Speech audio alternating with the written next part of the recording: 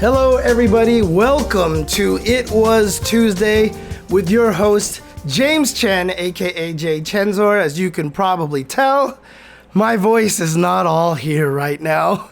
This is 2 weekends in a row of, it was Red Bull Kumite and Arc World Tour. And so my voice is dead because I was doing a lot of yelling and screaming during the course of the two weekends. Also, I do want to say that I am actually very, very honored and very lucky. I think I'm pretty much the only person that actually got to work both events. So, I'm very blessed for that reason. So, although I know some people were supposed to work both events, but for whatever reasons, they were unable to. But I am back. It was a great time at Arc World Tour. I've got my Tenno Mini Faust hoodie over here. Thank you, Tenno, for that. But Arc World Tour, let's talk all about that, shall we? Let's get right into this. So, Arc World Tour happened. And for those of you who don't know, this is basically Capcom Cup. But for the Arc System Works games, and because they have a lot of games that they're publishing, this event had multiple games. Now, of course, 2 of the games, Under Night and Birth, Granblue Fantasy Versus, are brand new. So they really couldn't have anything crazy set up for the year for that.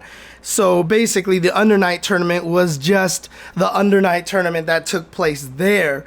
Granblue had 3 qualifying spots in which 6 players were determined, and then they had 2 spots left for the last chance qualifiers at Arc World Tour to make up the top 8 that played out on Sunday. Again, I was able to commentate both of those games.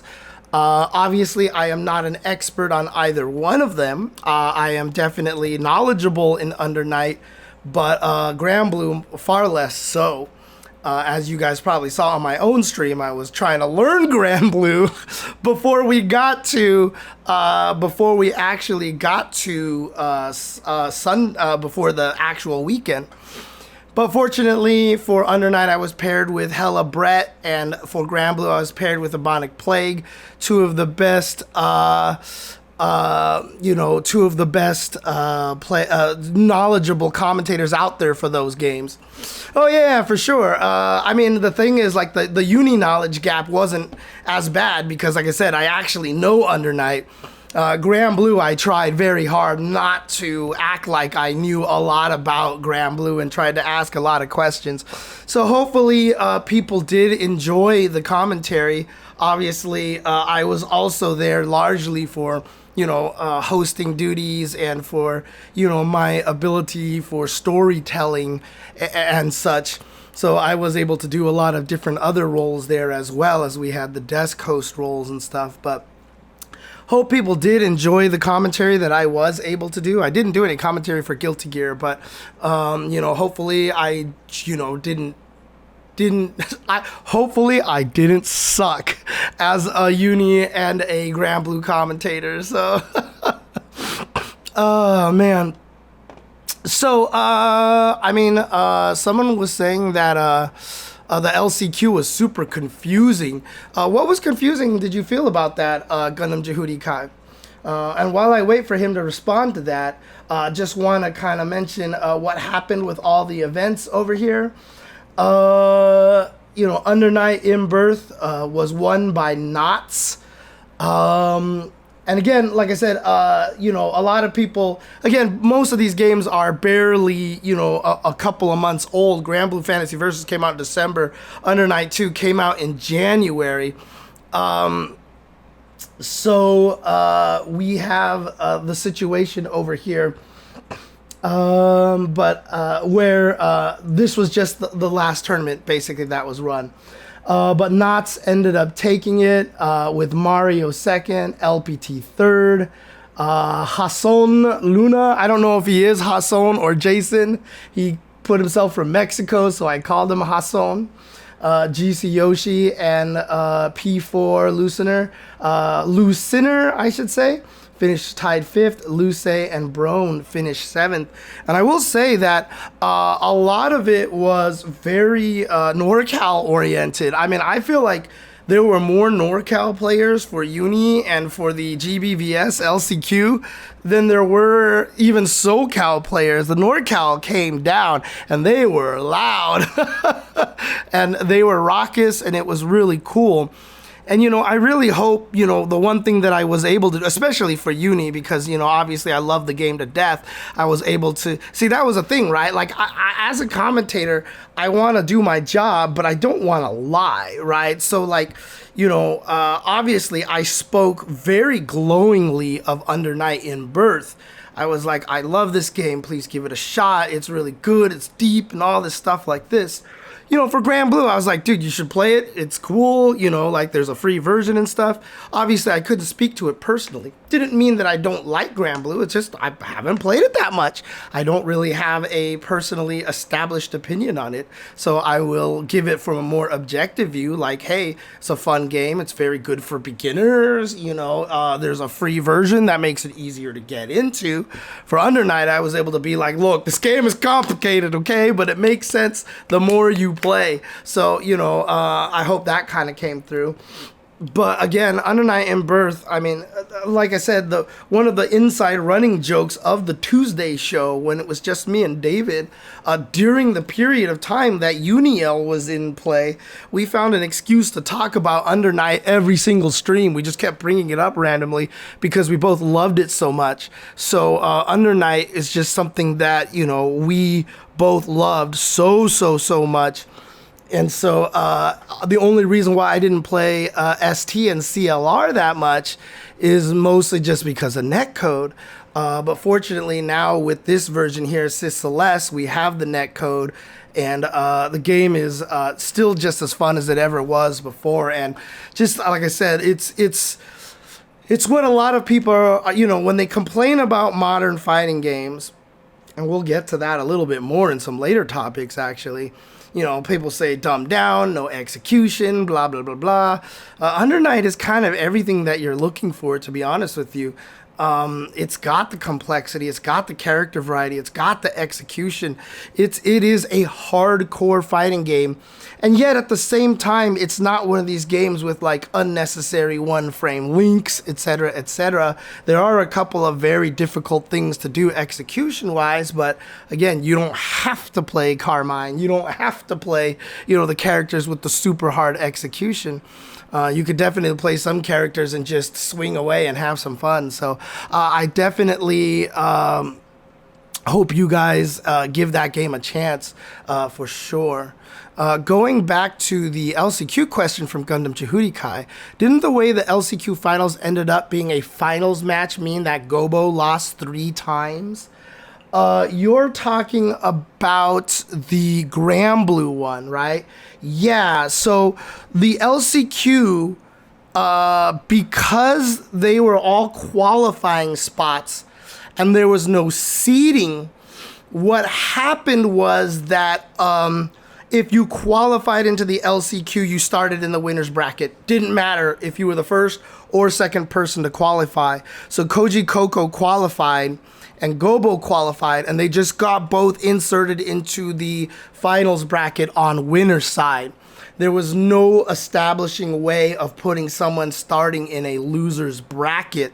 So yeah, Gobo did technically lose 3 times, but that's because once you qualified via LCQ, you were a qualifier just like anybody else. So, oh yeah, Under Night has also the best soundtrack, so for sure.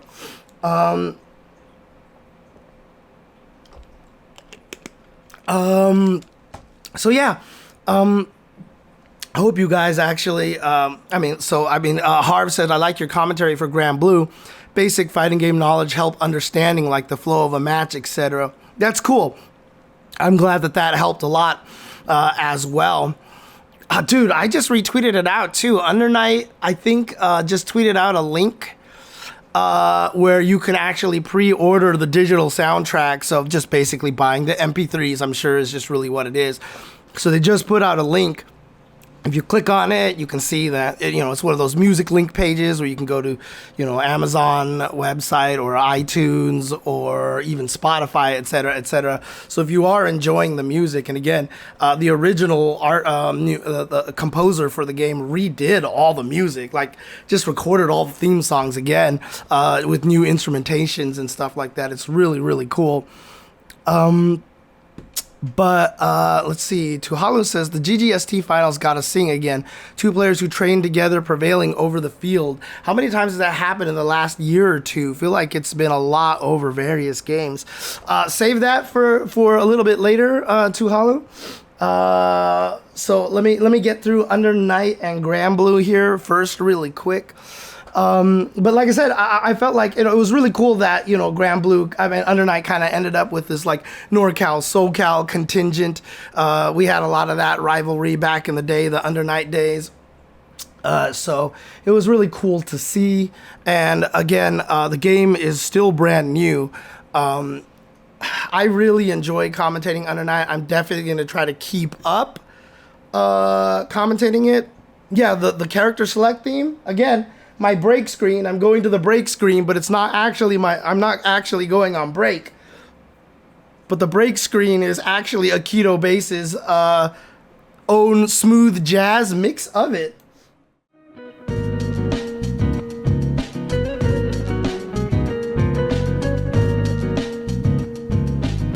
This is actually just a smooth jazz mix of the character select theme from Under Night in Birth. And the first time I heard him post it up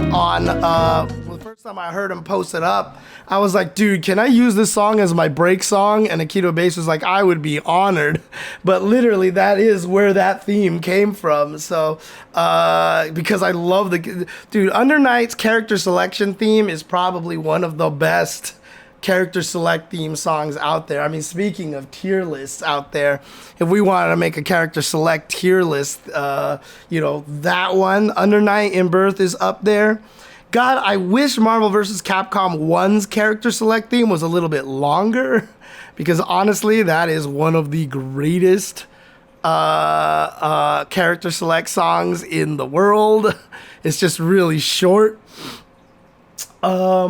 But again, I really enjoyed commentating Under Night in Birth. I plan to continue to commentate it. The game is coming out. I think it seems like it's in a strong place. Obviously, even though it's Under Night 2, what we're seeing out of the game is that it's really just kind of still the next version of Under Night, right? So even though we went from Uni to Unib to Uniel, and most people never played Unib, they only started with Uniel. Then we went to Unist and then to Uniclaire, and now we're at Uni 2, Cis Celeste. Even though they called it Uni 2, I really would be hard-pressed to not say that it is more just an enhancement over the original, just a continuation of the series, right?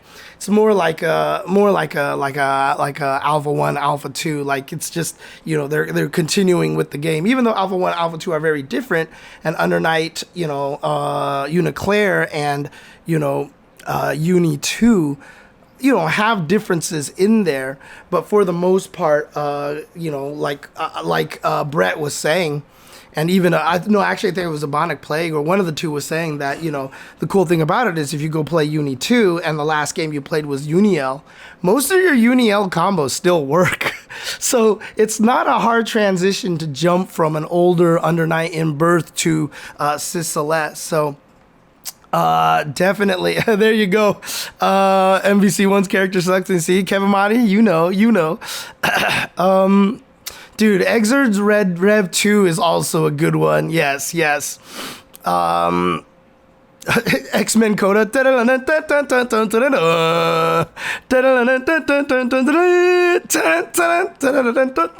Yeah, exactly. Of course, for those of you who don't remember, MVC1 is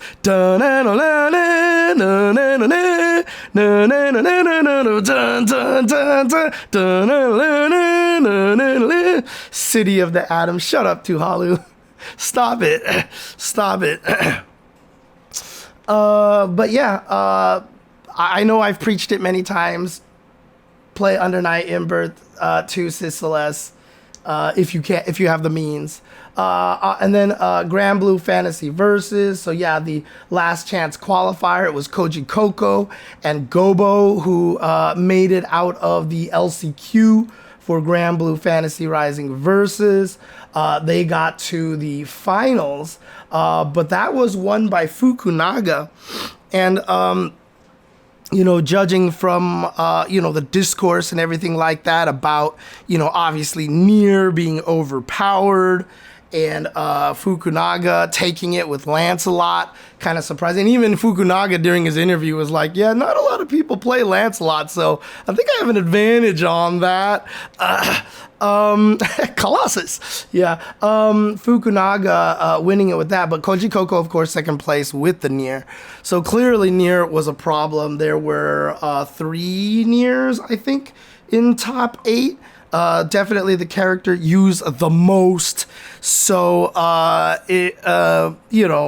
hopefully they get around to trying to nerf or rebalance the characters a little bit there. But again, for those of you who started with vanilla Granblue and like me, was really into it and then stopped playing it because something called the pandemic happened, and the netcode was bad. This is a great time to try to get back into the game because, one of the biggest critiques of vanilla Granblue is that the game was exceedingly simple, right? I mean, it was simple. There really wasn't much to the game when it came to system mechanics, etc., etc. But what they did with the Brave system in this game, with the Raging Strikes, the Raging Chains, the Brave Counters, and, the way that they interact with Skybound arts and stuff, it's actually really fascinating. I really like that little extra layer of complexity and system added to the game. I feel like it definitely adds another layer of resource management of your Brave points. And I really, really like that. So again, one of my New Year's resolutions was to play more fighting games, and Granblue Fantasy Versus Rising, absolutely one of those games that I want to play more of. So I'm definitely going to try to play a higher variety of fighting games this year. Last year, it was just basically, I just dove into Street Fighter 6 and just basically ignored everything else because it was new at Street Fighter. That's my main game. That's always going to be my main commentary game. But I just want to get back and expand because I really felt like I fell out of the loop with so many other games during that course of time.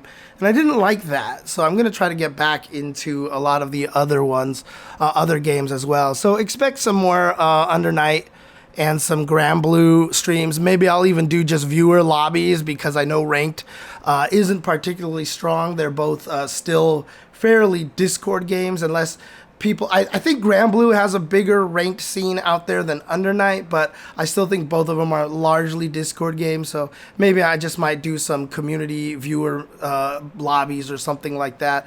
And yes, Lurker Spine, it doesn't help that 8 million fighting games came out within 6 months because I do plan to start playing Tekken 8 very soon, although I'm seeing a lot of people mad about Tekken 8 right now, and it's probably just blah, blah, blah, blah, blah, blah, blah from the social media verse, so I'm not really worried about it. I think the classic modern inputs, the way Granblue does it, should be the gold standard. It's real good. I mean, what's interesting about it is that there's only one downside, and that's raw special moves at the start. Like, just raw. Like, if you do it, the shortcuts, even in the middle of a combo, they do normal damage. There basically is almost no reason to use classic inputs. In fact, Sajam was even telling me, he was like, yeah, you should just learn the game with the one button press. Don't bother with the motions. I can't, like, for me, I gotta play with the motions, so I'm gonna do it. So I'm definitely gonna keep doing some motions, but if I ever do pick up a character like Eustace, for example, where the quote modern inputs even make it so you don't need to charge, then for sure there's no reason to do it. So I just can't help. I mean, I'm the guy who, when a character has Rekka inputs, but you don't need to do quarter circle forward for the other one. So a lot of modern Rekka inputs is quarter circle forward, like, for example, punch, hold forward, punch, punch. I like doing fireball, fireball, fireball, because it feels good, right? It just feels good. And yeah, and sometimes it almost feels easier to me, and it helps me keep my brain separated of what's a normal, what's a special. Even when I was playing DNF Duel, I would often get the M buttons confused with the S buttons. And, it was just like, like the fact that, I have unique buttons and like being able to do motions for it, I think keeps my brain more properly separating what the style of the moves are. I do miss the hand slap input a lot, Douglas.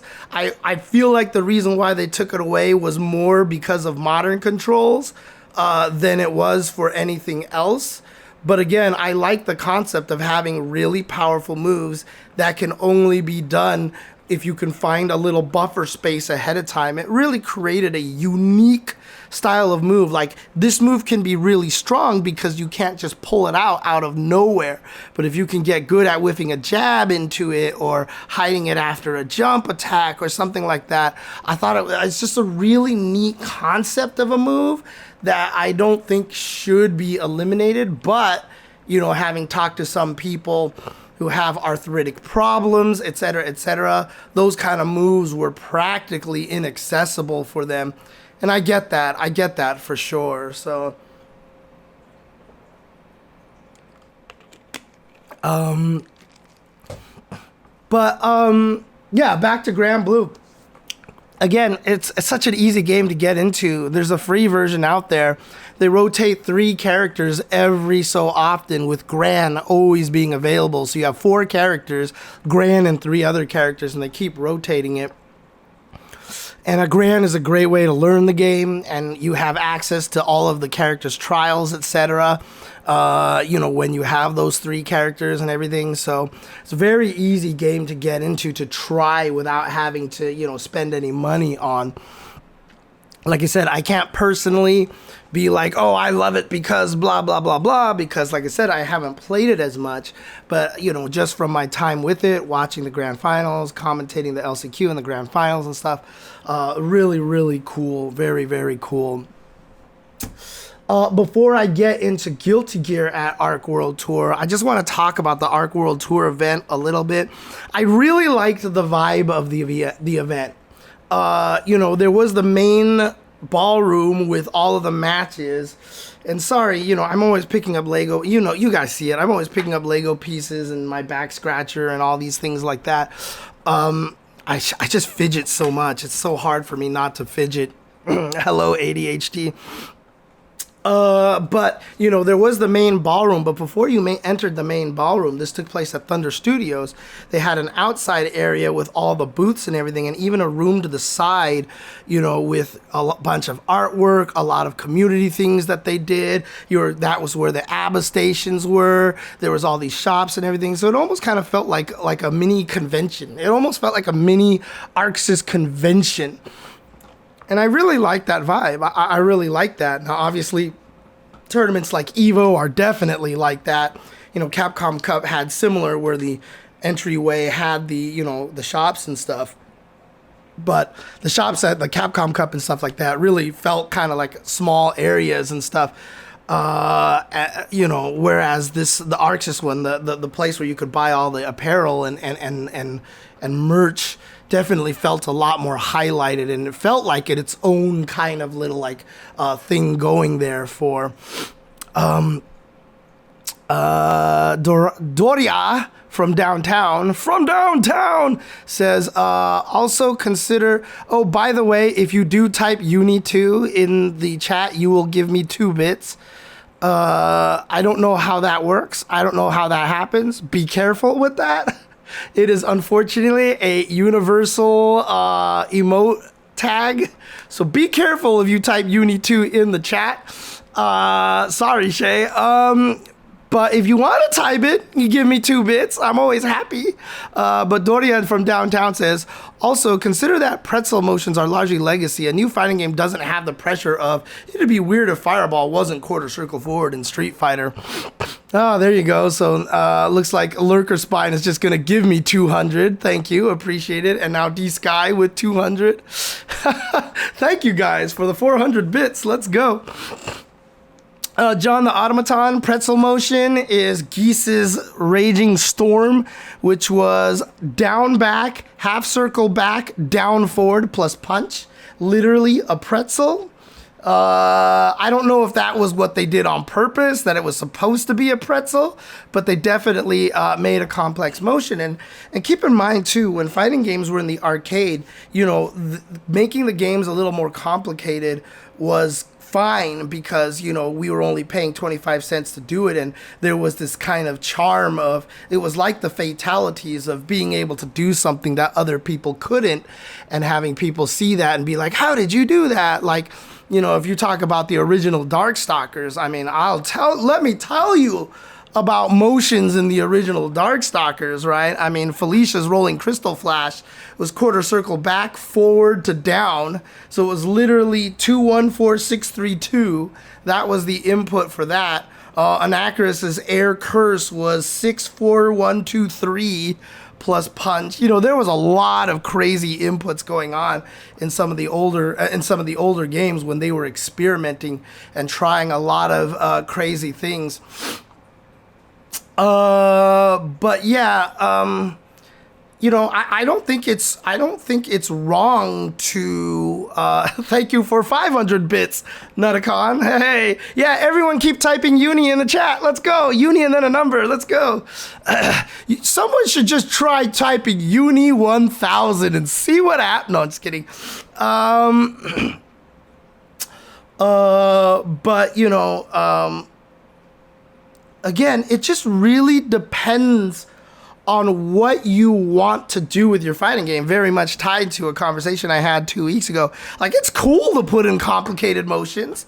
I think that's fine. You know, there's a lot of people out there that think, execution's just a barrier to fun, you know. What is it? Nah, dude, like, look, if you want your game to have execution, put the damn execution in the game. If you want to make a game that's not there, don't worry about it. If you're making Granblue, a fighting game based on a gacha mobile franchise that's currently now 10 years old, and you're trying to help players jump into it, like, of course you don't want to make the game complicated. So one of the cool things, the difference between GBVS and Under Night in Birth, is they're really kind of on the opposite spectrum. You know, when I was saying that Under Night is for a lot of what the, you know, some players are crying about. I want complexity, I want execution, I want variety, I want the Under Night is right there for you. Like, if you're one of those people on social media and you're crying about games being simplified and you don't own Under Night in Birth and you're not preaching Under Night Birth to people, you're a hypocrite. Like, shut up. Like, buy the game, play the game now, or shut up, right? Like, this game is literally right there in front of your face for being everything that you want out of fighting games. But, you know, if you're trying to make a game that's helping people get into the game, and again, this is very relevant to the discussion that's coming up next here, you don't want to make the game complicated. So if you just make it so it's Granblue is just, you know, you don't need motions at all, that's fine. That's your decision. Again, there's no right or wrong answer to how we make our fighting games. You could make it as simple as you want, aka a Fantasy Strike. You can make it as complicated as you want, aka an MVC2. It's really just up to you. Do what you want to do. Do what you want to do. Oh yeah, I'm not saying that you were making any assumptions, Doria. I'm just saying, like, I just took what you said and just kind of expanded on it, basically. So I've always had trouble with the long combo motions for a single move because I couldn't get the motion out fast enough for it to engage work SNES 2D era. Yeah, I mean, I bet you if you went back to it, you'd be like surprised at how easy you can do it nowadays and stuff.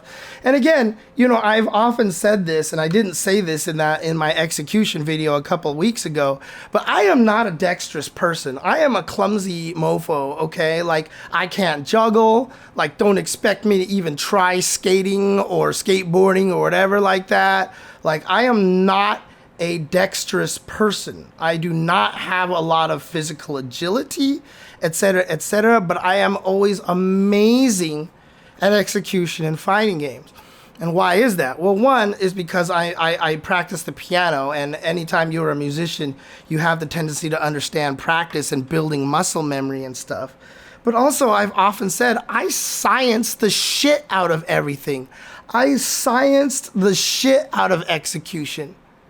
So, you know, I understood that in order to cancel a normal into a special move, I had to hit the button at the same time as the move connected with the opponent, because I understood you couldn't cancel a move except for while it was frozen in contact with the opponent. Of course, we've learned little differences and different things as time has gone on, but I understood that.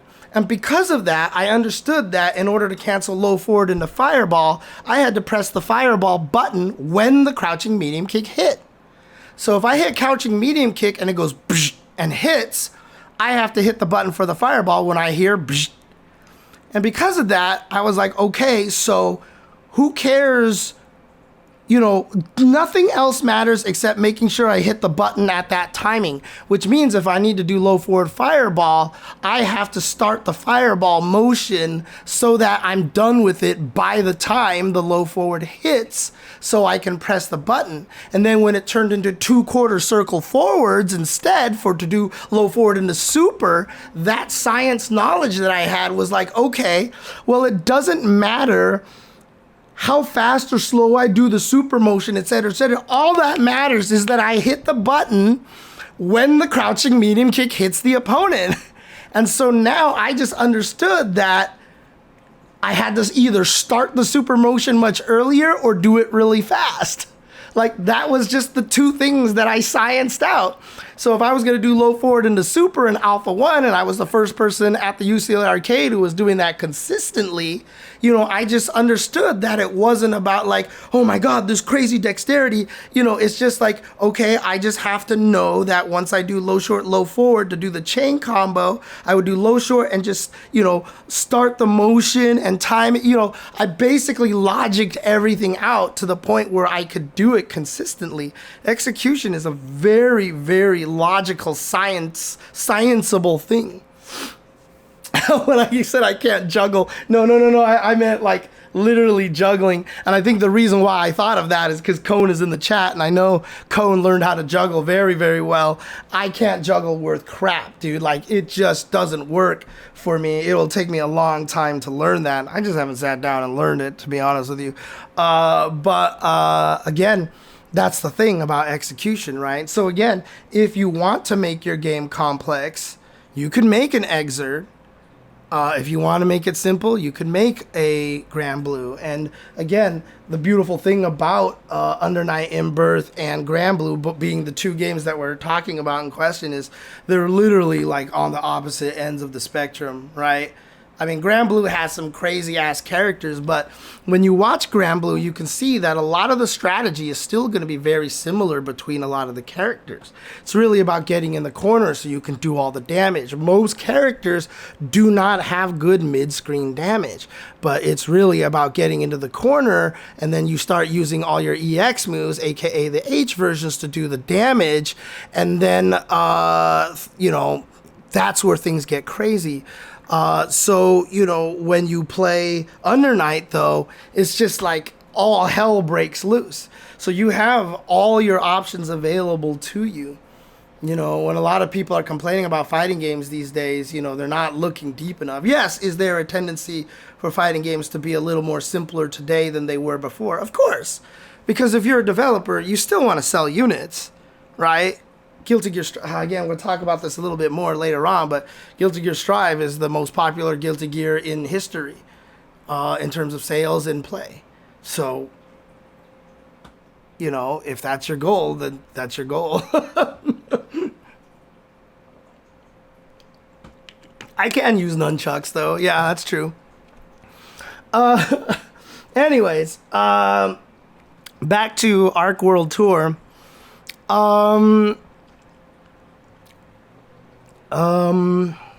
The concert.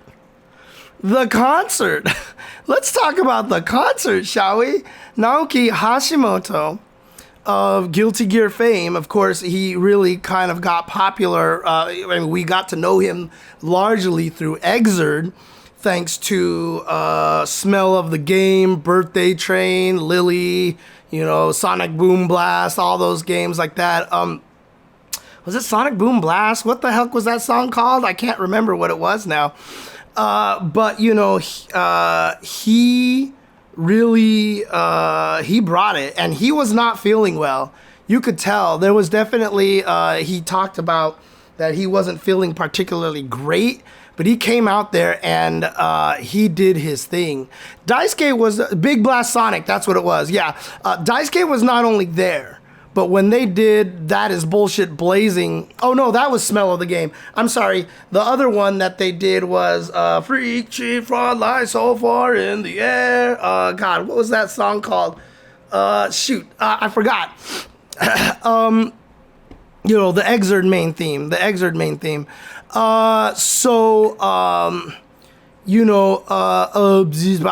Daisuke was there, and he joined the band for Smell of the Game, and he actually Heavy Day, thank you, Blue Catering, but he actually joined for Smell of the Game and played the guitar during Smell of the Game.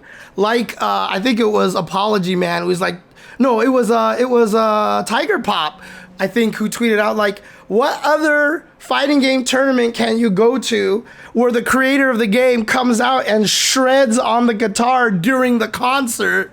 Like, that is the sickest thing in the world. Daisuke played on that last song, and honestly, like I said, Naoki Hashimoto was amazing. He wasn't feeling great. You could tell his energy was a little bit lower, but dude, he killed it. Aisha was out there as well, who does all the singing for all of the female vocal tracks from Strive as well. So she was there and did a few songs also. She was adorable, dude. But the concert was sick. So I walked into the concert and I was like, I can't find a seat, so I'm going to cheat. I'm just going to sit at the commentary desk because I'm a commentator. I sat there and literally the speaker was like right there. Dude, after the concert was over, this ear was ringing so bad, but it was kind of worth it.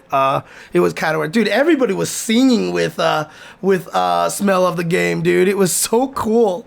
It was so sick to see. And, most of the time, the musical interlude at fighting game tournaments, I'm always like, why? Why? Don't do this. Don't do this. And this was the first musical interlude that was like, encore. Like, can we go a little longer?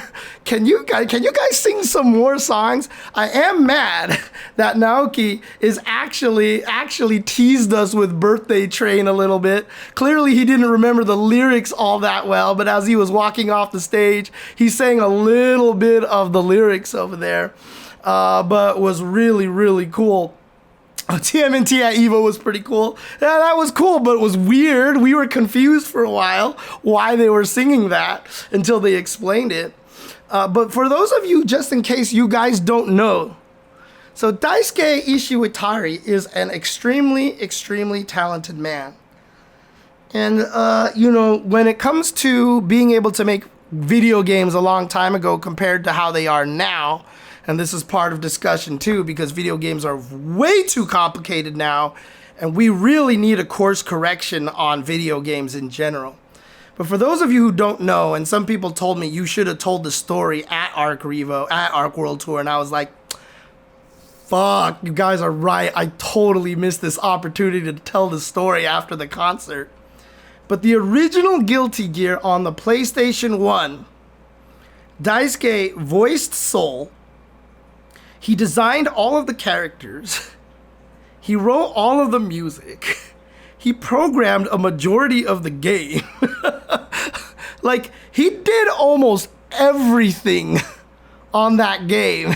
He did almost everything on that game, and his best friend voiced Zato 1. I did manage to tell a little bit of that story at Arc World Tour. His best friend voiced Zato 1, and when he passed away, Daisuke's intention was to remove Zato from the game completely. This happened during Slash, Guilty Gear Slash. His friend passed away, the original voice of Zato. So his intention was to kill Zato in the story, take him out of the game, in honor of his friends. And a lot of people were like, please don't do that. We love Zato 1. Keep him around. And that's when he became Eddie. So instead of removing the character, he kills Zato 1 and has Eddie, take over the body. So now Eddie is in full control. So in those games, he was just known as Eddie for the rest of the XX series. So he was Eddie from that point forward. By the time they reached Exerd, Daisuke stopped voicing Soul himself, so he felt like it was okay to get someone else to voice Zato. And so the Exerd story had Zato resurrected, and that's why in Exerd he's back to being Zato 1 instead of Eddie. That is why in Slash and in Reload, Accent Core, Slash and Accent Core, and Accent Core plus R, you will actually see Zato listed as Eddie, because the lore reason, Zato didn't have a voice anymore, and Eddie took over basically. But yeah, no, Windy Man says Daisuke Ishiwatari presents a Daisuke Ishiwatari production. Daisuke Ishiwatari is Daisuke Ishiwatari in Daisuke Ishiwatari's Guilty Gear. That's a hard sentence to say out loud, Windy Man.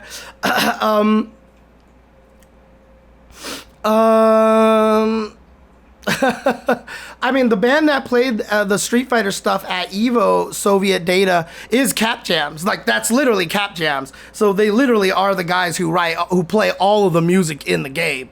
All of the music that you hear in the game, all the themes, I'm pretty sure is just Cap Jams playing that. So the funny thing is, the JP theme was pissing everyone off, but what they did, honestly, whenever you see a game show or whatever, something happens, it always plays the same thing over and over and over again. I think they just picked the theme that they thought fit that mood the best, and then they did that, and then they didn't realize how much everybody was going to get sick of it, so they probably didn't have approval for something else. I don't know, but we'll see what happens. So at Arc Revo, for all the player introductions, they kept playing the same themes, etc., etc. It's just kind of, it's kind of like a production thing, because you want to use the same theme to signify the same phase all the time. But, it became a meme because everyone got sick of the JP theme, and people didn't realize that was kind of what they were trying to do, etc., etc. Wow, my throat is hurting. Whew, okay. Any case, the concert was rad. Concert was really, really rad. I really enjoyed that. They did that with Anji's theme in one of the previous Arc Revos, says Casa, but it was just the part before the vocals kick in, played on a loop. Okay, gotcha. But yeah, the concert was really sick. I shout outs to Slash for getting a call out from Aisha, dude. That was so funny. She was like, I love you, Slash. And it was just like, oh my God. Slash is like, let's get into the Guilty Gear tournament itself. There was a last chance qualifier for the Guilty Gear Strive tournament. Obviously, 2 players trying to make it out of this as well. Shoutouts to Apology Man and Aaron DeMac making it out for those and getting into the group phases. Obviously, Apology Man unfortunately went 3-0 in his 0-3 in his group, which I think he was the only winless player in all 4 groups. But he played really well. I mean, we love Beneath to death, so definitely happy for him to make it out to that to the actual phase out there. Group stages were sick, but I mean, Jesus Christ! It started an hour early and ended an hour late. And I mean, every game went to final round. I needed somebody to give me the stat of how many games went to final game, final round, but that group stage was crazy. The concert was included for the spectator pass. Yeah, as long as you were there, you got to see the concert. As long as you were in, you got to see the concert. Concert was free for everybody. But, dude, Sajam and Rynge, I mean, talk about freaking troopers. I mean, not only were they troopers doing the group stage for 6 hours straight, and keep in mind the production was, since they were running a little behind, every break that we had that was supposed to be 5 minutes was like 1 minute long. Like, they had 1 minute breaks. Sajam and Rynge didn't have a chance to eat.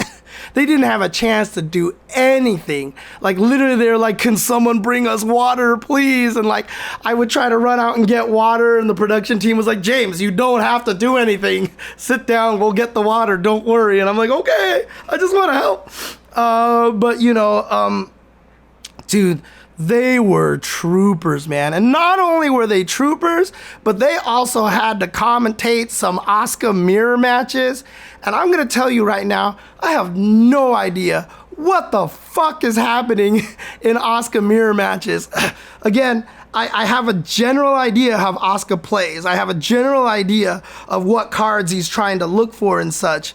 But dude, like, being able to describe exactly what it is they're trying to do and being able to explain, like, oh God, this set, he's got this, you know, what's going on, blah, blah, blah. Like, I mean, dude, like, listening to them commentate that match was wonderful. And I want to go back and analyze it because I want to see exactly what the hell was happening in that match and stuff. I mean, honestly, you know, they designed him as a TCG character, right? With TCG elements in there. But what we all didn't realize is in the end, what they were doing was designing them to be speed cubers as well. So if you're a TCG player or a speed cuber, Asuka is the character for you. So, oh man. That Asuka mirror was hilarious because Gobo forced Zondo to block for like 45 seconds straight. Zondo didn't hit Gobo once. Yep. Oh God, dude, that match is crazy. And again, anybody out there who's like, and again, this is gonna fit into this category. Strive is so simplified and dumbed down. I mean, to be fair, Asuka's only a lot simpler and more understandable because of people figuring out how to exploit the character. The character was originally designed for you to carefully jump between like the 3 different decks that he has. He has the standard deck, he has the crazy deck, and he has like the defensive deck, I think it is. But again, the 3 different decks he's supposed to go through around a little bit more. But thanks to being able to exploit his mechanics, it really just came down to get to deck 3 and go. And that's basically how Asuka ended up turning out. So that's where he is right now. So he is simpler than he was before. So if you know what you're doing before, like when I first talked to Daisuke Bro about the character, who he played him a lot, Daisuke Bro's like, yeah, here's the win condition. It's hard to get to this point where you can have this meter and this for deck 3 and all this stuff like that. All that shit went out the building when Gobo was like, deck 3, mill, and that was all Gobo did. And I was like, whoa. And we all figured, and then that's just basically how most people play Asuka these days. It's pretty crazy. But again, yeah, going back to what I was originally talking about, shout outs to Sajam and Rynge. I don't know if 2 other people could have done that for as long as they did. I certainly know by the end of that, my brain would have been fried. I definitely would not have been able to commentate any of the Asuka matches at all. I would have just been on commentary being like, well, have fun, you guys. So shout outs to them. They did an amazing job on that commentary block. So they are the true troopers. They really are the MVPs of that talent team and for commentary and stuff. Like they killed that commentary block, honestly. They were exhausted afterwards, let me tell you. Oh, it was rough, but you know, that's the gig, I guess. You know, that's what we signed up for. So I mean, we didn't sign up for 6 hours straight, but you know, sometimes that happens. But honestly, shout outs to them. They did a fantastic job. Shout outs to the production team as well. They did have a lot of runners and, you know, assistants and stuff like that that were constantly helping us and answering questions and running back and forth and doing stuff. It was a wonderful team. They really treated us well, and I really appreciated that a lot. They did a lot of wonderful things out there for us. But that was the LCQ, and then once we got into the actual tournament, God, let me tell you, man, as I was secretly sitting there rooting for Verix during the group phases and during the top 8. Like, there was one point where it looked like Verix was going to lose to somebody. I forgot who it was. And just, I don't remember who it was, but in my mind, I was like, come on, Verix. I was just like, can you imagine if Verix wins this tournament? Can you imagine if Verix wins this tournament, dude? Like, to me, like that is a storyline right there. And, you know, going through this whole tournament here, let me see something. First time I see Asuka Yu-Gi-Oh references and cubes up the wazoo. Yeah. World Tours this year is actually putting emphasis on the world part. Yeah, exactly. Dude, it's crazy. But, you know, dude, I wanted Verix to win so bad. And, you know, this is one of the things that I do as a commentator, right? This is why a lot of people hire me to do commentary, because I am a person. You know, for me, commentary is about, hey, let's explain fighting games, etc., and everything like that. But for me, it's also about telling the story, right? What is the story of the event? What is our takeaway from this event? What do we want to talk about? What should we take away from this event? And so a lot of times there's so much more than just, hey, Verix is the winner. Congratulations. You know, there's a lot more to that. There's a lot more to that. And so, you know, there was this clip that someone from Africa actually retweeted over here. They clipped it out, and this was me. Let's put some respect here. At the end of the tournament, you know, I asked Sajam and Rynge what their takeaway from the event was. And then when I got back to me, I was like, please allow me to be on my soapbox here a little bit. And this is basically what I said over here. Let's put some respect here on Africa right now. Central Africa. I mean, we have events in South Africa, but Central Africa, Northern Africa, there are so many players all over the world. This is a region that we have not been feeding enough here. We have to get more events out there. We need to see more of these players from that region. I want to see more dominating players from the entire rest of Africa. Yeah, and that's the cool thing about this game having this kind of ability to bring people together online and stuff, right? You see Saudi Arabia and Senegal training together to come on over here to play, which is something that is really, really cool. And so yeah, that was you know, my message. That was the storyline that I really kind of wanted to get across for this event, because I felt like that was so important. Because was this a little bit of shade thrown at, like, say, Capcom for not having servers in Africa and stuff like that? Yeah, absolutely. Africa's been fighting for some servers for quite some time. And, you know, we don't have a lot of CPT events in those areas and stuff, you know. And so, you know, I really wanted to get that message across, honestly. God, you really thought that sounded like David? I don't know. Why do people think Sajam and David sound the same? Like, I don't even think they sound the same. But in any case, you know, for me, that was one of the more, yeah, they don't have any, they do sound similar. I don't think they do. But I'm also really keen on voices. I'm very keen on voices. But yeah, Africa doesn't have any servers. So a lot of the times when you're playing from Africa, I mean, they might have some in South Africa, I think, but players in Africa have a harder time finding ranked matches. They tend to have worse connections because they are living farther away from a lot of the servers. It takes them a longer time for them to get matches, etc., etc. So it's tougher for them, you know, and this is not just in Street Fighter 6. Like, most games don't have African servers. You're right. See, Casa saying Strive didn't have African servers for a while. Is Daisuke actually from Africa? Oh, King Ko, you got nervous? You got nervous? Dude, look, I'll tell you this right now. If I am in a hurry and running somewhere and I do not have time to talk, I will tell you.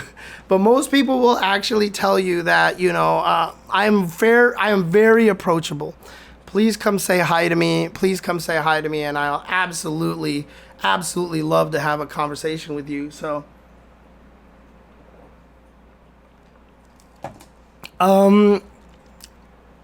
there was a little bit of Verix interview, but Verix was very humble and just was very straightforward, right? It wasn't anything too crazy. Social anxiety, absolutely, totally get it. I mean, while it doesn't seem like I have it, I have social anxiety. I'm an introvert. I've just had to learn, you know, being in the position that I am to overcome that a little bit. So, he was born in Johannesburg. Okay, cool. But yeah, honestly, like, this win for Verix from Senegal. I mean, remember when he showed up at EVO, everyone was like, Senegal, right? 6th place? What? You know, he was in the top 6. Fortunately, I had seen him play a lot for the ICFC. Man, ICFC was so great for exposing people to talent from around the world. So when he got top 6 at EVO, I was like, yeah, I know who Verix is. And then seeing Verix actually win this tournament, I mean, I had another speech during this where I was like, this is what the FGC is about. Man, letting somebody from Senegal come out because of video games and winning $50,000 to take home to Senegal. I don't know if there's anybody from Africa or Senegal in the chat over here.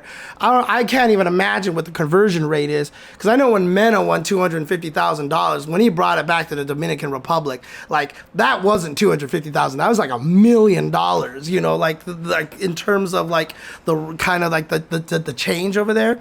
And you know, people are like, well, you know, all of these sports are like this, right? Like, you can do this, all sorts. Like, what about like League of Legends or you know, even like CS:GO and stuff? I mean, it's not the same, dude. Like, honestly, getting a good PC to play those games is a lot more expensive.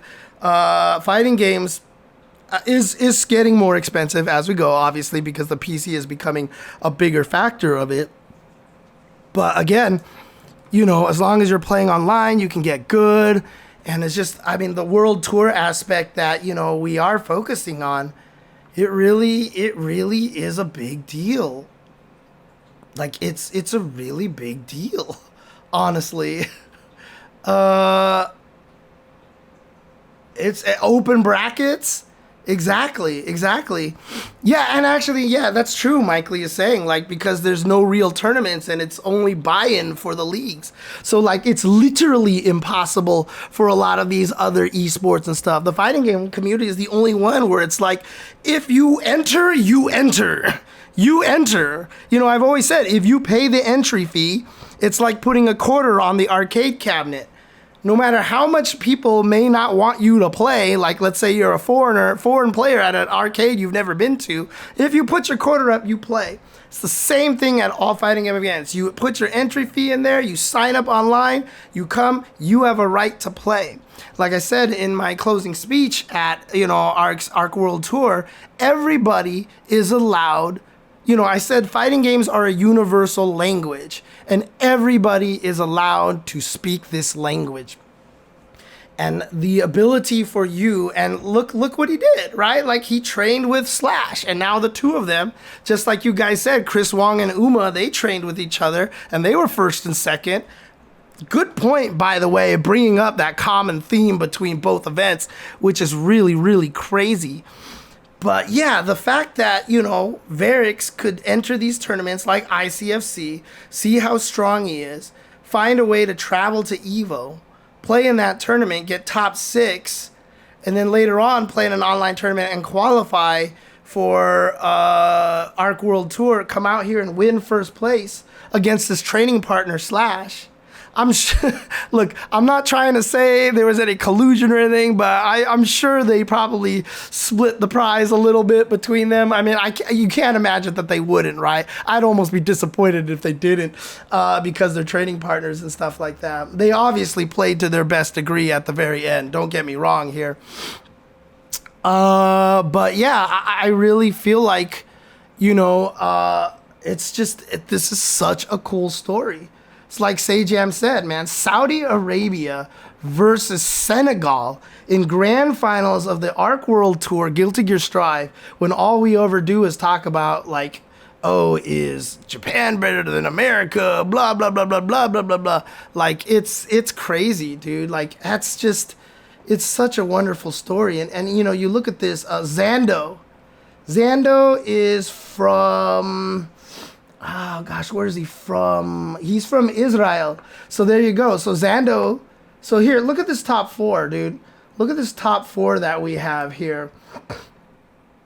So we got Senegal, Saudi Arabia in Slash. Then we got America in Tempest NYC. And Tempest has been so consistent in this game. Tempest is so great, by the way. Like, if I had to name the best American player from beginning to end, Tempest NYC is it. There's just no way. There's no way to actually deny that Tempest is not the best player from America for Guilty Gear Strive. Alfredo from Cabimas, Venezuela. That's really, really cool. Yeah, exactly. Talents exist everywhere. Just hard to showcase it, honestly. But fourth place was Zando from Israel. Fifth place was Umisho, you know, a trans player. Aaron DeMack from West Coast. I think Aaron DeMack is NorCal. Leo from Japan. And Peppery Splash from America. No, I'm just kidding. I know people are going to get mad. They listed him with the US flag. I know Peppery Splash is from Canada. I'm trolling. And Peppery Splash from Canada. Honestly, like, that's just, I mean, look at that diversity there. Not only from region, but, you know, from gender diversity as well, right? Gobo with the smile. But, I mean, dude, like, it's wonderful, man. Fighting games are amazing. And, you know, seeing Verix from Senegal win this is just like, it's so cool, dude. It's just so cool. MKC Great Kong Lao asks, do you think GGST will ever get all Guilty Gear characters? Like Tekken Tag 2 MK Trilogy style? I think with S4 and S5 it is possible. Nah, there's too many characters. There's too many characters to get them all in there. Because there's a lot more characters missing than we probably think, and a lot of characters that would be cool to add in. Like, I don't know how, if Dr. Paradigm could fight in a way, but like Dr. Paradigm would be a crazy character in there. God, who was the crazy character that Olaf told me about? The weird, like, dog driving the giant Sasquatch with the robot behind him or something like that. Yeah, Cliff is dead. Zappa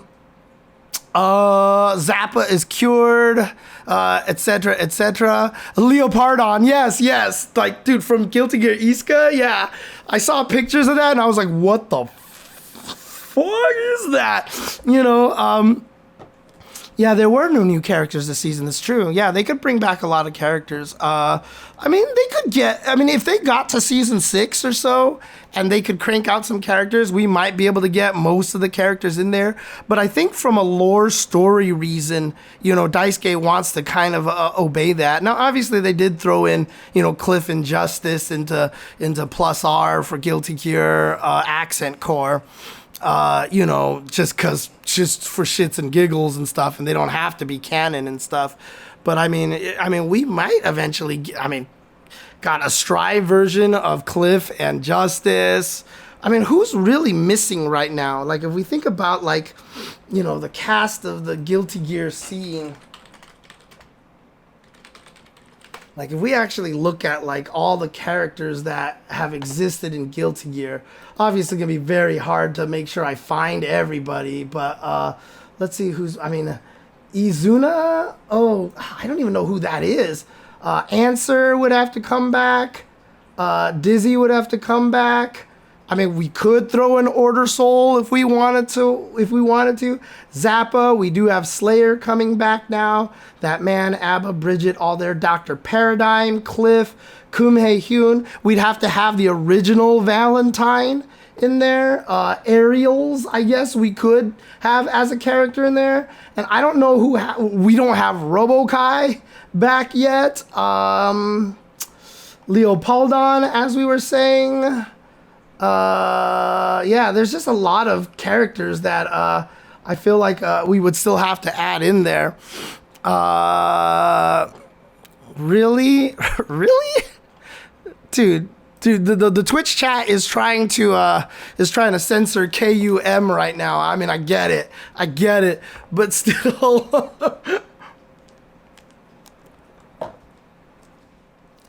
To be honest with you, there's less characters than I thought. They might be able to do it if they kept going. If they get to a season 6, they could possibly have almost every character in there if they decided to add no new characters, honestly. They could get dangerously close. They could get dangerously close to having everybody in there, including crazy characters like the OG Valentine and Dr. Paradigm and stuff like that.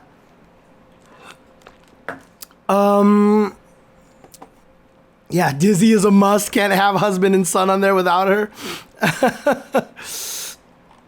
I don't know what your question means, Alfredo. I apologize. I know English not your first language, but I'm not sure exactly what the question, what you mean by your question. But yeah, oh, speaking of, actually, you know what? Let me just add that in here. Really quick. Daisuke recently said in an interview that he wants to put in 2Cave, an NPC from a Rev 2 story episode. Whoa, I don't even know who that is. That's crazy. Oh, Daryl. Yeah. Daryl, I remember him. He was the other officer. Oh, what do I feel about the Dimitri announcement in Strive to confirm Darkstalker? That's right, yeah. Oh my God, that's funny. Hi. Uh-oh. Hi, guys. It's that time again. You know who decided to show up. Dude, every time I eat fried chicken, man, like, we went to KFC for lunch, Olaf and I, and as soon as I start eating fried chicken, dude, Nathan will not leave my lap. Like, he just gets in my way. I can't eat my food. I move him to the side. He walks back on. I move him to the side. He walks back on. I move him to the side. I try to, like, block him from getting over there. He walks back on. I move him to the side. He walks back on. I'm like, Jesus Christ. You are an annoying cat. You are a persistent, annoying cat. Even though I never give you human food, you still somehow continue to try to fight for my fried chicken, man. Ugh. Yeah, I know. I even have a thumbnail saying, do I have to pick up Lily in Tekken? I feel like I have to. Good boy. All right, Nathan. All right. Okay. So, yeah, Arc World Tour, Verix taking it, and again, you know, winning from Senegal, I think is just such a big deal. What a storyline here, and I think that's just, it's so important to talk about, and it's so important to like I said, put some respect on Africa's name. We need to, and by the way, just to show you how Californian I am, I looked up where Senegal was in Africa, and I just saw it on the northern side of it. So I was like, from North Africa, and everyone's like, James, your geography sucks. He's from West Africa. And I was like, what? Like, my brain doesn't even quantify that there's a west and an east. It was just like north and south, because that's how California is. There's no such thing as really West California or East California. There's only north, central, and south. So my brain that's just how I process things. I didn't know there was officially a West Africa and a North Africa. So I was like, Senegal's in Northern Africa. And everyone's like, James, it's in West Africa. And I was like, dude, oh my God.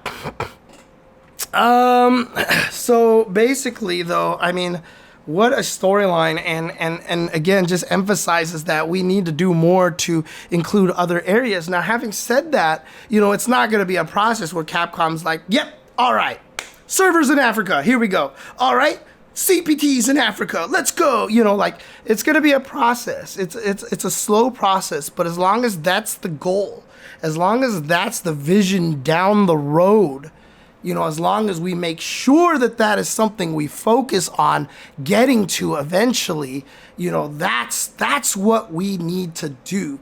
That's what we have to do as the fighting game community. And like I said, I learned a lot of this when I went to Chile. And when I was down in Chile, they're all like, we just want to get to the point where esports is like as it is in the US. We want to be like US esports. And I was like, dear God. Dear God, because I was like, dude, esports in the US is nothing. It's smoke and mirrors. We are just throwing money away.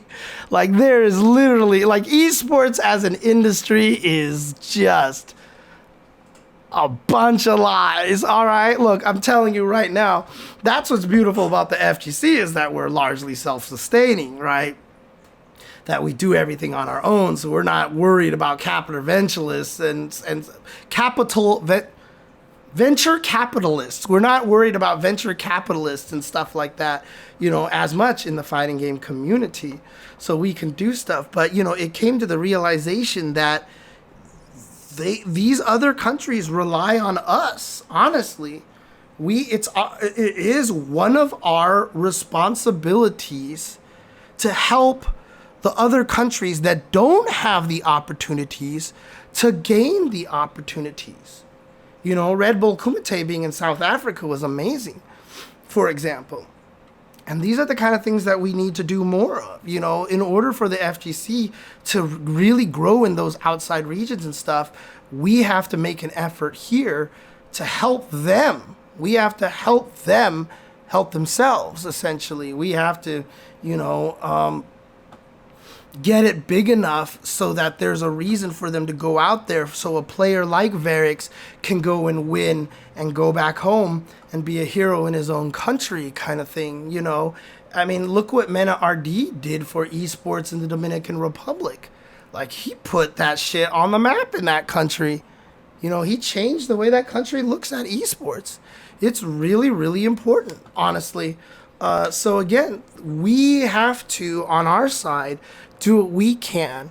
And that's why I wanted to take the time to have that speech about Africa at ARC World Tour. It's why I wanted to make sure I said that. I was glad I was the desk host for that final day, that I was able to put that out there at the end, because I just felt like that was so important. To mention. I wanted to fight for Africa. I wanted to make sure this was something that people heard. I wanted to put it out there in the world in a venue that a lot of people were watching, so that, to make sure that it had some play. And I think that's important. And so, hopefully we can start growing the FGC out in Western and Northern and Central Africa, and all the other regions as well. I mean, at Capcom, at Red Bull Kumite, when I saw Garnett out there, that was the second time he was out in the United States. And the first time was at Capcom Cup. Garnett literally was out for both of those, and now he's flying to EVO Japan. And so, people are like, well, why are we doing the world tour thing for Capcom? Garnett literally came to Capcom Cup the first time, traveled the first time. And now he's going to be traveling 3 times overseas for big tournaments in the span of 2 months, 3 months. And he had never left his country before. Well, he had never flown out of his country before, I should say. Because in Europe, it's easy to leave your country. It's very easy to leave your country. But, you know, he hadn't flown overseas 3 times. And even once, it was his first time flying out to something like that. And so that's the kind of opportunities that we create for people. And I think that's super, super, super important. I mean, if you say an international Mount Rushmore, I hate calling it Mount Rushmore because, again, people are going to yell at me for being woke, virtue signaling, whatever. Mount Rushmore kind of sucks. That's another story. Don't want to get too political. But again, when you say that, right, what counts as international? Not Japan and America? Like, it's hard to say, right? Because technically Japan is international. So what do we call it? You know? How do we label it? So you don't want to be like third world country like that's just messed up. So we won't do that either. Arc World Tour was a fun event. Obviously, you know, smaller, didn't have the views, etc., etc. I thought it was a cool production. I think the people there had a good time. The concert was really a cool touch to have over there. I hope Arc World Tour just continues to grow bigger and bigger. I think that'd be really cool to see. Continue to have it grow. And Arc World Tour, I also love the fact that they're supporting multiple games, right? I mean, they already announced that Under Night in Birth will be part of the Arc World Tour again next year. And, you know, I could only imagine Granblue and Guilty Gear are going to be back on that as well. You know, it'd be cool to see something like, Capcom might even want to consider, like, maybe it is time to make a second fighting game, you know, in a different realm. Like, obviously, Street Fighter 4 and Street Fighter Cross Tekken didn't work because they satisfied the same audience, which was really, like, it was just a weird thing to do. And since then, like, Capcom, I mean, outside of MVCI, Capcom hasn't really tried to make a second fighting game at the same time anymore. I really feel like, to be fair, DNF Duel is also, you know, going to be contingent on Nexon, right?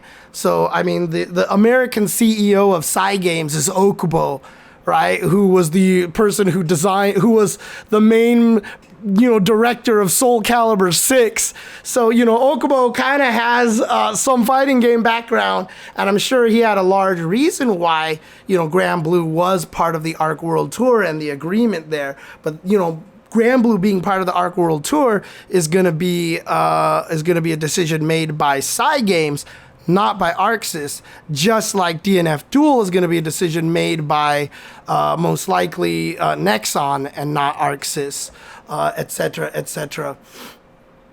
No, don't want to do a Capcom versus SNK. Honestly, let me make my Rival Schools game. Let me make my Rival Schools game, please. It's got such a cool idea. I want to make it a real tag fighter, but I want to throw tag fighting games on their head, dude. I want to do something so crazy with tag fighters. I have such a good idea. Please let me make a new Rival Schools game. Capcom, please.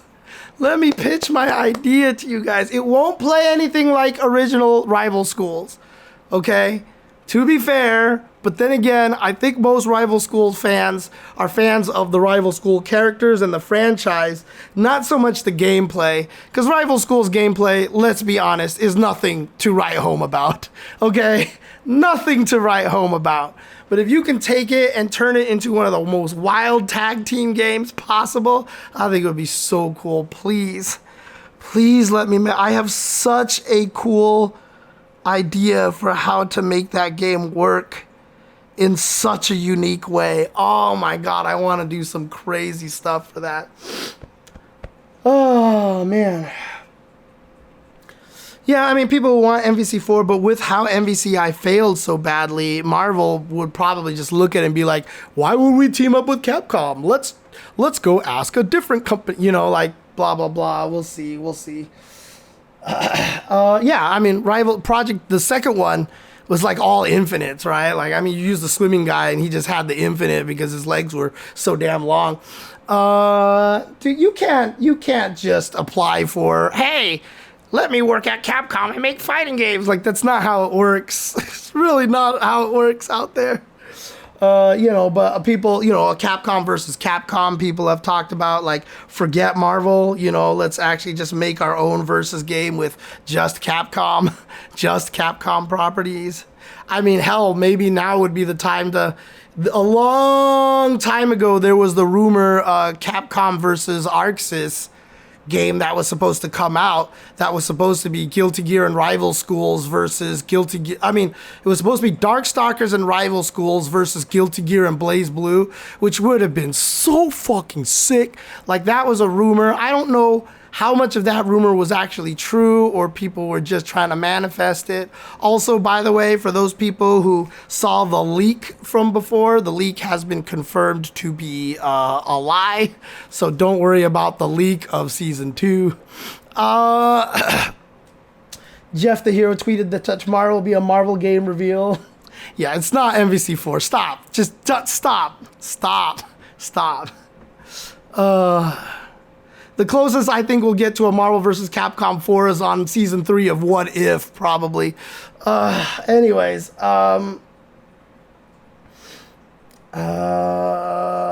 at Marvel has to understand that a well-made MVC game would do extremely well. For sure, but the thing about it is, this is Marvel. This is Marvel, right? Marvel will probably be like, oh, you want to make a Marvel game? Fork over the cash, buddy. Fork over the cash for the license. And like, would like Capcom be like, like Marvel's in a different position right now. Marvel will want everything. So, James, do you know who the next characters are? Because you did the voice lines. Okay, so Psycho Damo, to clarify, I am a color commentator for the game. They are not bringing me back in for any of the new characters because I have no character-specific voice lines. All my lines are generic except for a couple for Cammy and Zangief because I got to pick 2 characters that I could do character-specific voice lines for, and those were the 2 that they gave me. Also, Tasty Steve and Vicious are brought back into the studio to record their new voice lines. So I don't know if they even know things ahead of time. So I don't know. I don't even know if they know. But they are brought back into the studio to record new lines. I've often told Capcom, hey, if you want to bring me in to record more lines, I'm down. But, we'll see what happens. So, yeah, they would know. And if they did know, they couldn't say shit. Yeah, absolutely. So it's not like anybody's going to be able to answer that at all. But, don't trust DC stuff, man. Warner Brothers is in the shitter right now. Ever since they got bought out by Discovery, the Discoverer, dude, like, that whole company is just, like, going to the shits right now. Oh, boy. God. I haven't even seen it, and I hate Space Jam 2. Any case, God, I've gone completely off the rails over here. What was I talking about before? Oh, that's right. Rival Schools 2, blah, blah, blah, blah. Guilty Gear Strive. I also thought that the matches were really good. I thought it was a lot of fun. I think the game is in a great, great place. They're really doing a good job keeping the game balanced. Obviously, some characters are bad. # free Eddie. But, even though I hate Zato and I hate fighting Zato, he doesn't deserve to be as garbage as he is right now. So, I think, they're doing a very good job. And I think Strive is in a really, really good place. And like I said, we'll talk about that a little bit more in the next segment over there. So, but that's it for now for the Arc World Tour. Do you guys have any other questions about the Arc World Tour? Like I said, I had a great time there. I had a wonderful time. I really enjoyed that event. Really, really good vibes. I hope they bring me back next year again. And mainly, for those of you, even on YouTube here who may be Granblue and Under Night experts and stuff, like I said, I tried my best not to try to act like I was an expert for either of the games. I tried my best to make sure it was well known that I wasn't an expert of the games. I asked Brett and and Isaiah very specific questions, etc., etc. I just tried to talk about the fun parts, what made them fun. I tried to be hype. I tried to have a lot of storylines and stuff like that. So I really, dude, if I could get a commentary block with Jadelyn, dude, that would be so sick. I would be so happy. I have not commentated with her at an event live yet. And for those of you who don't know, I'm the reason why Jadelyn got into commentary. Yeah. So, you can thank me. She'll tell you that. But no, that's why I'm so proud of her, of what she's managed to accomplish as well. But, I would love to come back again. This is my second year in a row for Arc World Tour. And I know a lot of people don't feel like I necessarily belong there.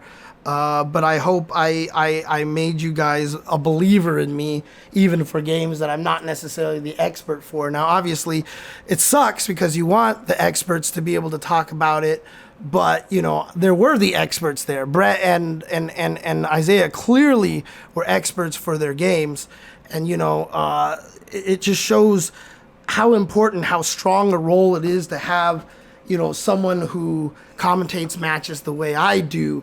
More focused on the flow, on the mental state, on the stories, et cetera, because, again, for bigger events like World Finals, you're going to have more eyes, and the goal is to draw more people in to watch, and that's what I am very, very good at, right? I mean, the message that I get from fans the most are, I wouldn't have gotten to fighting games if it weren't for you. The first one I watched was 2017, and when you cried, I cried, those kind of stories, right? My favorite story still to this day, and I know I've told it on the stream before, but my favorite story to this day was one dude came up to me and was like, dude, one time I was playing fighting games and my girlfriend, who doesn't know anything about fighting games, was watching, and she was like, I don't think you frame trap enough. And he said the only reason why she knew what frame traps were was because of the way that I was able to explain it on commentary. And so she actually understood what it was. And I was like, that is the sickest story ever. So, Douglas says, you have always delivered on emotion telling story. As someone who is super emotional, I really appreciate how much passion you give to commentary. Yeah, no, that is my goal. That is my goal, because I know I can't do the technical stuff like a Sajam can, Sajam is probably, absolutely the greatest technical commentator that we have, because he's not only just technical, but he also knows how to add in the emotional situations. He's good at, raising his voice and changing his voice and being like, what? Kind of things like that. He's got the great combination, but, his skill in terms of explaining the technical stuff, the minutia of the strategy in super quick and digestible ways is a talent that he will always be surpassing me on. But, for me, I feel like I am the emotional crux to the fighting game community. I feel like I am the one that ties in the human aspect of the fighting game community, to the people watching more so than anybody else. Because I don't think anybody else focuses on that. I don't think anybody else thinks about that. When most people jump into commentary, they're like, I need to be funny, I need to be hype, I need to be informative, I need to explain. And for me, when I do commentary, all I ever tell myself is, I need to create more fans. I need to create more fans. I need to create more lifetime fans of fighting game community. And that's basically what I do. That's basically what it is. So, yeah, it is cool because me, Sajam, and Rynge, we're the only two that did Capcom Cup and Arc World Tour. Like I said, and I'm literally the only person who also did Red Bull Kumite, so I got to do all three. So, as much as an imposter syndrome and me feeling like I'm left out of a lot of things, I just did 3 super big events in a row, literally the only one to do that. So, you know, if I complain about, you know, gigs and stuff like that and, you know, being left out and stuff, you have permission to punch me in the face now, honestly. Dude, that's why me and Seth were so good at commentary for EVO. Because we are both super emotional. We both are just fans of the fighting game community. We just want to gush about the players and the strategy. And like when we commentated, we're just like, we spend the whole entire going, oh my God, I love this community. I love this community. Oh God, I love this community. Oh, I love this community. Like that's the theme of our commentary, like the entire time. That's the tone that we throw out there. So Seth is basically kind of retired from commentary. He works for another company right now. He was with the, you know, original Radiant Studios that was making Rising Thunder, which turned into Riot, which is currently making 2XKO. Seth was never really a part of 2XKO. I think he left before it got there or when that happened. He then went to Epic Games, did some work with Fortnite. He has since left Epic Games, and now he is living a very, very happy life. He still is working on a game division for a company. I'm not saying it because I don't know how public it is. I don't know if he wants it to be public, but he is definitely living a very quiet, peaceful life, and he is enjoying himself very, very much. Every time I do see Seth these days, I mean, there's a calm and like serenity that you can see in his soul. And, you know, it's great to see. I love seeing that. So, honestly. Yeah, 2XKO is going to be really interesting for commentators. And as I've said before, I'm not even sure how hard I'm going to push for commentary for that game. Because I'm terrible at team games. I don't know anything about League of Legends. And I know it's going to be a bloodbath because all the commentators are like, oh my God, this is where all the money's going to be. Riot's going to have all the money. And so, like, I'll learn the game. I'll get good enough to commentate it because if someone wants me for a job for 2XKO, I'd be dumb to pass it up. But I don't know if I'm going to like look at it as like my cash cow, like, oh, this is my chance, you know, like kind of thing. That's just not how I'm going to approach it because that's just setting myself up for failure, honestly, to be honest with you. Gameplay trailer for Akuma? Who knows? Who knows at this point? I'm not sure when that's going to be happening. So, oh, the timing checks out with previous DLC? Sure then. Yeah, let's do it. I mean, you know what? Maybe Evo Japan. Evo Japan. I think that would be a good timing for it, right? That'd probably be a good timing to reveal. Nathan, what are you doing? Nathan's trying to get into my chicken bones right now. Any case, that's it for the Arc World Tour, unless anybody has any last questions about the event. Great stuff, great time, fun event to go to. You know, if you guys did manage to go there, I hope you guys enjoyed it as well. A lot of cool things to do over there. Really thought that they did a wonderful job with that. So, yeah, good stuff. That's about it. But for those of you here on YouTube, take a look for these videos that will be coming out. I'll be talking a little about ABBA and Slayer. I'm talking about the article, the Dexerto article, talking about Daisuke wanting to destroy Exerd and the conversation that started online. And then we're going to be talking about a fighting game tier list that Diaphone put out. And I will show you what the real fighting game tier list is. So in any case, thank you guys for watching. For those of you on Twitch, stick around. We'll be continuing straight through.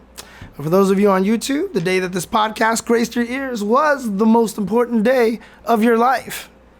But for me, it was Tuesday.